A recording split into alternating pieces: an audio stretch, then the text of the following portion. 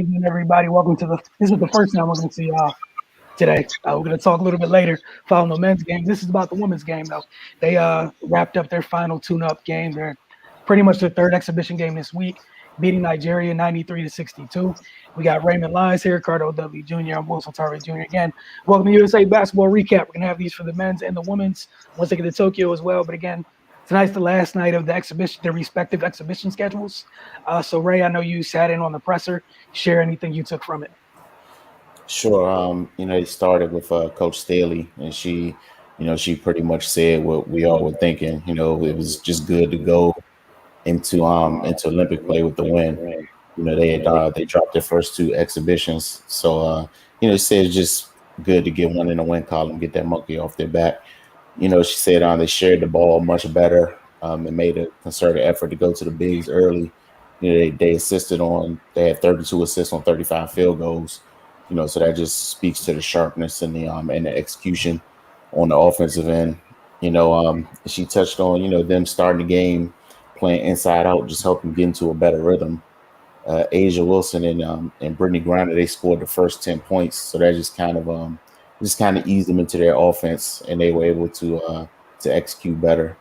And she said the team just feeling a lot more connected as time goes on. Just getting more familiar with each other, and it's helping the game to flow more naturally. They're just starting to read and react and just play basketball instead of thinking so much. They just kind of touched on the third quarter a little bit. So they may have gotten a little lax with the lead. They had a couple lapses in ball screen defense.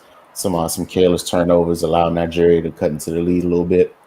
But just what they didn't go into panic mode. She said she just let them fight through it, and they were able to refocus. And we saw the result. They stretched the lead back out and won comfortably.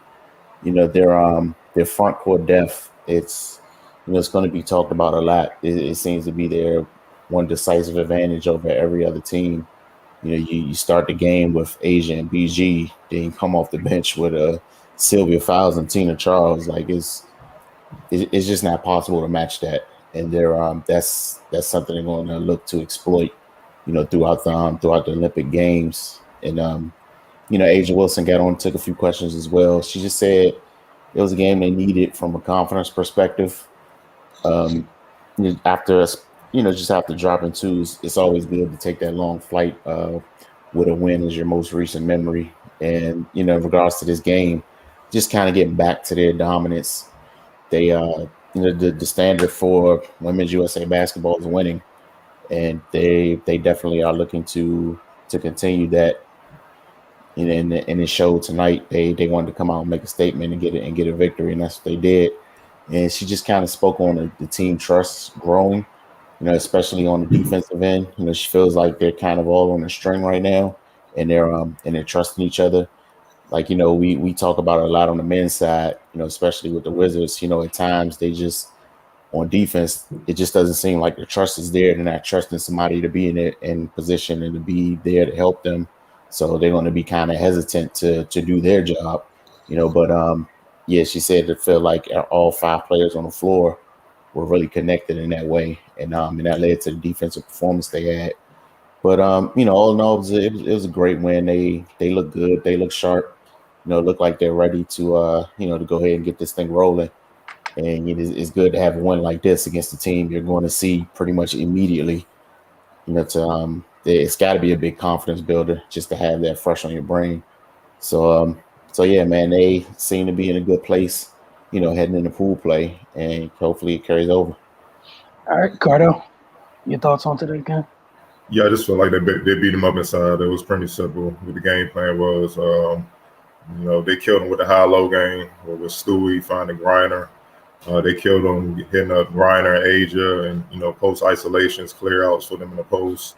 And even when Nigeria tried to front them, they did a good job of moving the ball so they can get the ball over the top and they can score easily. And talking about Griner and Sylvia Fowles, A'ja, and Tina, she took a couple shots, but she wasn't even looking to be aggressive because the high-low game was working so effectively inside. Nigeria just couldn't match. I know they had beat Elizabeth Williams. She did the best she could, but just dealing with one of those bigs is hell. That's a long night's work. You got to deal with two of them at a time. yeah, that don't nobody want those problems, man. She should have first dibs in the cold field for sure. To me, you know what I mean? So, but I just thought they did a good job with that. Sue Bird was, Sue Bird. She controlled the game, hella efficient, one turnover, 9 points, 5 assists, 3 or 4 from the field, including 3 or 4 from three. That's what she shot was 3-pointers. Moved the ball. Chelsea Gray had a good, efficient night. 7 points, 6 assists, 3 rebounds.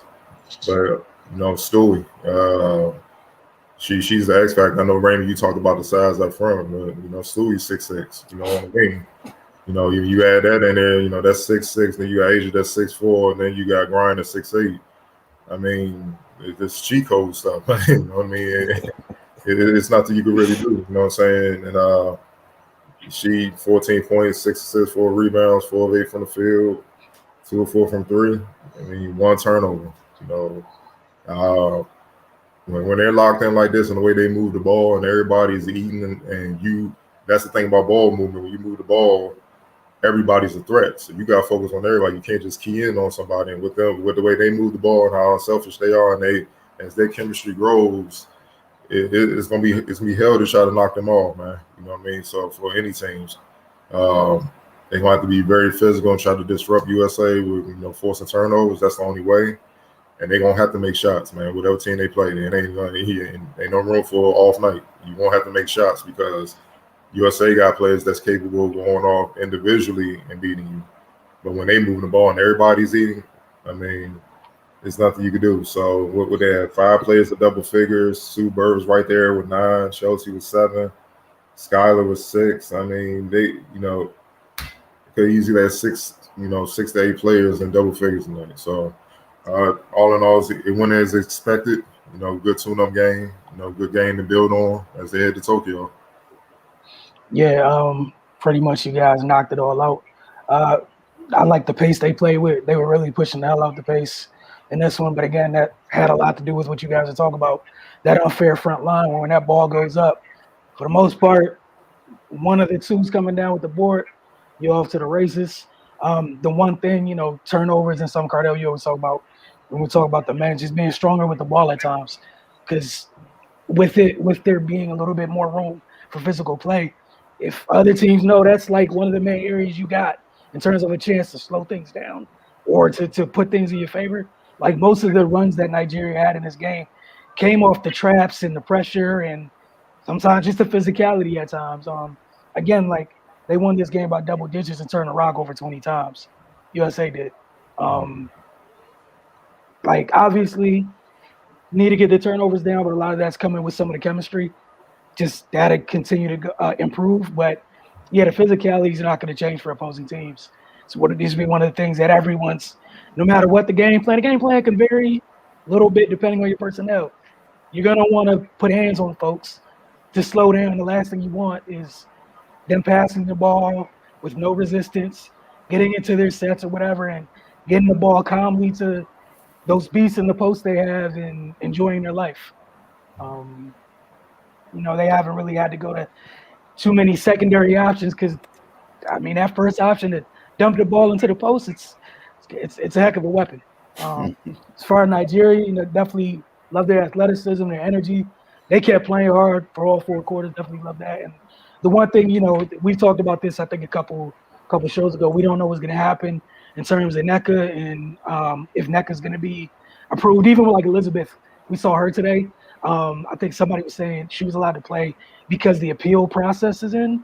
It hasn't been completed. So there's a chance none of them, the only one that'll be available is the younger Agumuke, who's been already cleared. And then Elizabeth, Chene, and Nneka won't be there. So still going to be waiting on that. And obviously you're Nigeria if things do work out in your favor. I mean, that's a hell of a boost to your squad. Getting, what is that, three WNBA bigs to add to your team is never a bad thing. And we all know what Nneka's done in the league already. But yeah, and like Ray said, you got a chance to get to see the U.S. team early, and you'll be seeing them when boots hit the ground in Tokyo. So, because they're in your group. So let's see how that goes. But did y'all have anything else to add to this right here? Because this was the final tune-up game for the women's, as we mentioned. Yes, sir. All right, quick word from our folks over at Oohs and Ahs. All right, Sunday dinner like grandma used to make it. All right, so try their family meal tonight. Choose 4 entrees. Choices are fried chicken leg, quarter whiting. You can get that fried, grilled, or blackened.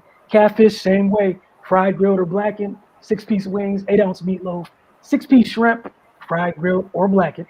Baked chicken leg, quarter chicken breast, the 3 sides you can choose from. Yams, fresh cabbage, fresh green beans, fresh collard greens, yellow rice with gravy, mashed potatoes, mac and cheese, potato salad, or grits. All for $49.95 at the Georgia Avenue location. You can add 2 cocktails or 4 beers for $59.95. Get over to oozandahs.com. Food for your soul. We're going to see you guys a little bit later this evening because the men's game tips off at 9 as we kind of go through our preseason, so to speak, for Olympic play, where it's going to be 12:40 a.m. or 8 a.m. or 10:30 a.m. Fun times. So we look forward to seeing y'all with that. So we're going to chill out, check out the men's game, and we'll see you guys once that game reaches its conclusion.